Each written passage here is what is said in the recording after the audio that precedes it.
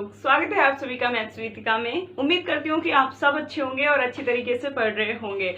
मैं उम्मीद ये भी करती हूँ कि आपको इस प्लेटफॉर्म के थ्रू जितनी भी क्लासेस प्रोवाइड की गई हैं, आप लोगों ने वो सारी क्लासेस देखी होंगी और वो क्लासेस आपके लिए बेनिफिशियल रही होंगी।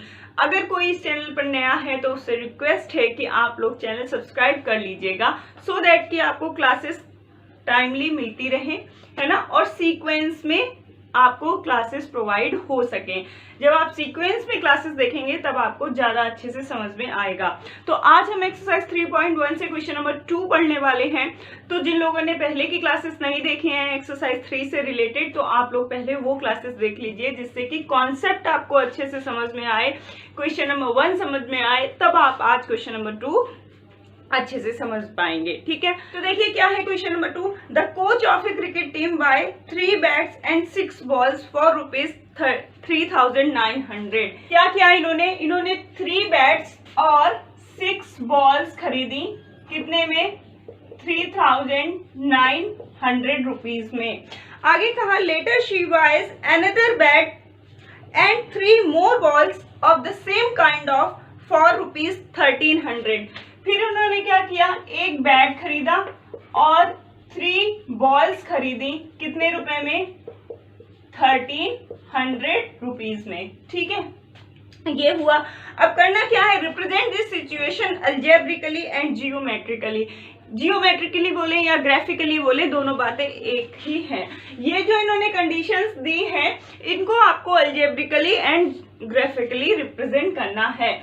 तो ये क्या है, ये जब ये कॉस्ट है, ये रुपए हैं, तो इधर भी आपको एक बैट की कॉस्ट पता हो, एक बॉल की कॉस्ट पता हो, तब कॉस्ट एंड कॉस्ट इक्वल होंगे। तो सबसे पहले आपको क्या करना पड़ेगा, बैट एंड बॉल की कॉस्ट एज्यूम करनी पड़ेगी। तो क्या लिखेंगे, let the cost of 1 bat is equals to X rupees. एक बैट की कॉस्ट आपने एज्यूम कर ली X rupees and the cost of Y rupees. 2 variable का है तो 2 वेरिएबल अलग अलग एज्यूम करने पड़ेंगे। ठीक है, तो ये आपने एक बैट और एक बॉल की कॉस्ट एज्यूम कर ली। अब आपको क्या करना है, 3 बैट की कॉस्ट चाहिए। ये 3 बैट लिखा है, ये क्या है, ये 3 बैट की कॉस्ट है। Cost is equals to cost होगा, जब ये रुपयों में है तो ये भी रुपयों में होना चाहिए। तो जब एक बैट की कॉस्ट X रुपीज है तो 3 बैट्स की कॉस्ट क्या हो जाएगी, 3X प्लस 6 बॉल्स की मतलब एक बॉल की कॉस्ट Y रुपीज है, तो 6 बॉल्स की कॉस्ट कितनी हो जाएगी, 6Y is equals to 3,900। Right, ये हो गया। अब आप इसको चाहें तो आप देख सकते हैं, पूरे इक्वेशन को आप पूरे इक्वेशन को आप 3 से डिवाइड कर सकते हैं। तो 3 से डिवाइड करेंगे तो क्या मिलेगा, x मिलेगा। 6y को 3 से डिवाइड करेंगे तो 2y मिलेगा और यहाँ पर 1,300 मिलेगा। ये आपका इक्वेशन 1 हो गया। चाहे तो आप इसको भी लिख सकते हैं इक्वेशन 1, कोई बात यहाँ पर दिक्कत वाली नहीं है। अब बात करते हैं 1 बैट। तो 1 बैट की कॉस्ट क्या है, X। ठीक है, 3 बॉल्स, तो 3 बॉल्स की कॉस्ट क्या हो जाएगी, 3Y इज इक्वल्स टू 1,300।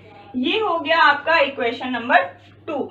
तो अब आपने क्या किया, यहाँ पर अलजेब्रिकली रिप्रेजेंट कर दिया। तो यहाँ पर क्या लिखेंगे, दिस इज द किसका अलजेब्रिकल रिप्रेजेंटेशन कर रहे हैं, जो आपको कंडीशन दी थी गिवन।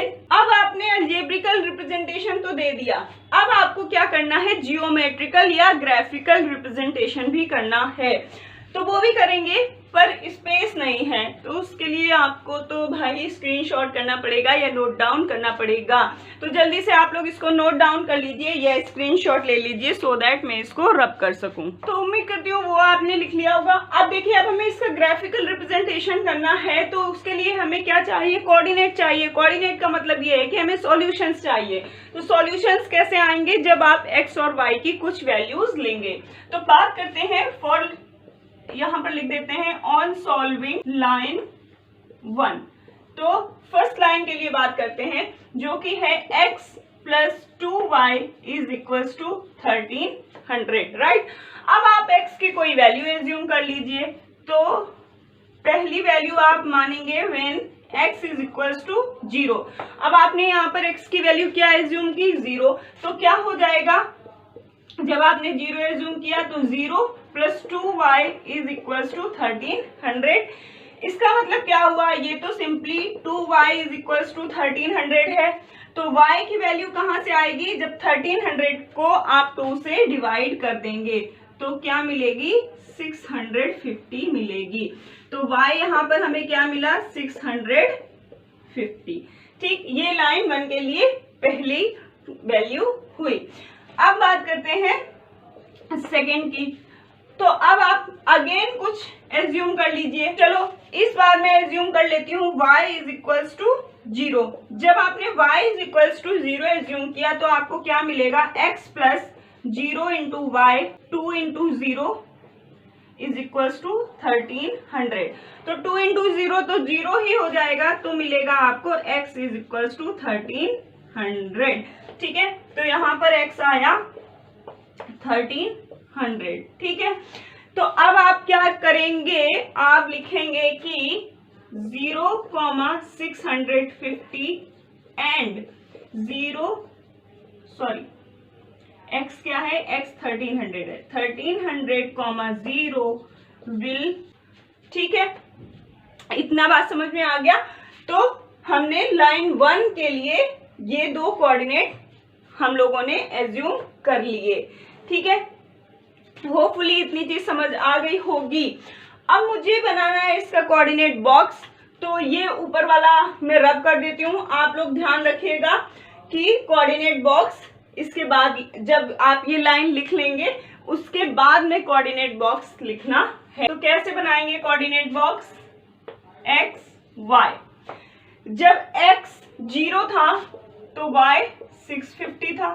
ठीक है, फिर जब x 1300 था तो y 0 था। ये इसका कोऑर्डिनेट बॉक्स बन गया। तो लाइन 1 की बात हम लोगों ने यहाँ पर पूरी कर ली। अब चलते हैं लाइन 2 की तरफ। तो उसके लिए आप लोग इसको नोट डाउन करें या स्क्रीनशॉट ले लें, जो आपकी मर्जी। तो अब हम लोग बात करेंगे लाइन 2 की। तो लिखेंगे यहाँ पर ऑन सॉल्विंग लाइन 2। ठीक है, तो क्या करेंगे, अब फिर आपको एक्स वाई एज्यूम करना पड़ेगा। तो व्हेन, अब x की थोड़ी बड़ी वैल्यूज लीजिए सो दैट कि नंबर्स आपको अच्छे मिले और डिवाइड कर सकें। When x is equals to 100, अब आपने x की वैल्यू क्या एज्यूम की, 100।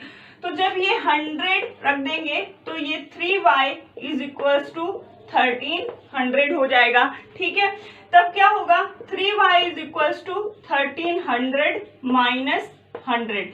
तो आपको मिलेगा 3y is equals to 1200। y की वैल्यू निकालेंगे तो 1200 को 3 से डिवाइड कर दीजिए तो आपको y मिलेगा 400।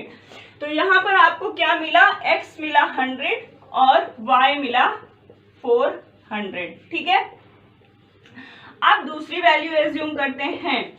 दूसरी वैल्यू एज्यूम करने के लिए आप कुछ भी कर सकते हैं। लेट्स से मैंने y is equals to 0 assume कर लिया। ठीक है, तो जब y 0 हो जाएगा तब क्या होगा, x plus 3 into 0 is equals to 1300। तो अगेन आपको x जो मिलेगा वो 1300 ही मिलेगा। ठीक है, अब कोऑर्डिनेट बॉक्स बना लेते हैं x y।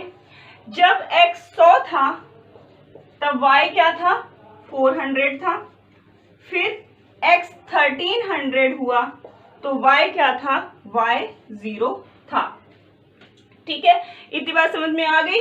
अब क्या लिखना है, अब वही एक लाइन की, उस लाइन को मैं इधर लिख ले रही हूं। आपको पता है कि कोऑर्डिनेट बॉक्स के नीचे लिखिएगा। क्या लिखेंगे आप, 100, 400 एंड 100। ठीक, इतना बात आपको होपफुली समझ आ गया होगा। अब हम क्या करेंगे, अब हमें इसका ग्राफ प्लॉट करना है। तो ग्राफ प्लॉट करने के लिए स्पेस चाहिए, और स्पेस कैसे मिलेगा, जब आप इसका स्क्रीनशॉट ले लेंगे या इसको नोट डाउन कर लेंगे। देखिए अब हम लोगों को ये जो दो गिवन लाइंस थी इनका ग्राफ प्लॉट करना है। तो जब हम इनके सॉल्यूशंस देखते हैं तो काफी बड़े बड़े दिख रहे हैं, तो इसलिए 1 2 3 से तो होने वाला नहीं है। तो आपको यहाँ पर एक मेजरमेंट मानना पड़ेगा कि आपने एक यूनिट 200 ट्रेस का मान लिया। तो जब आपने 1 लिखा तो उसका मतलब 200 है, 2 लिखा तो 400, 3 लिखा तो 600। इस तरीके से आपको ये करना पड़ेगा। अब चलते हैं ग्राफ बनाने की तरफ।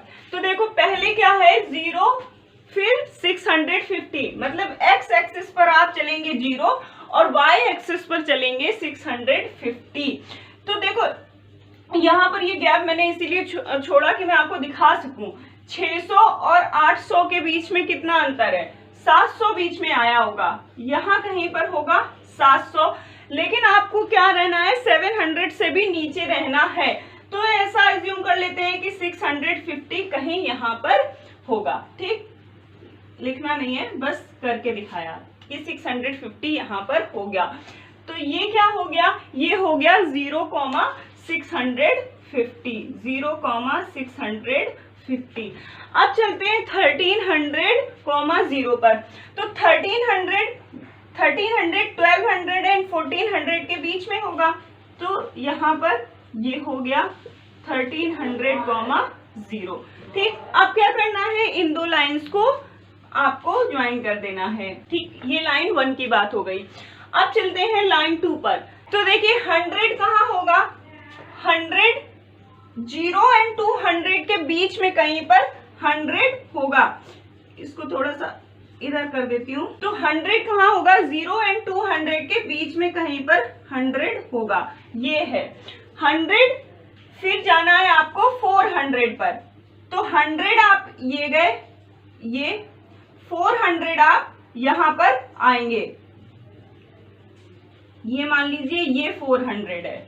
ठीक है, तो ये जो पॉइंट है आपका, ये वाला पॉइंट, ये पॉइंट क्या है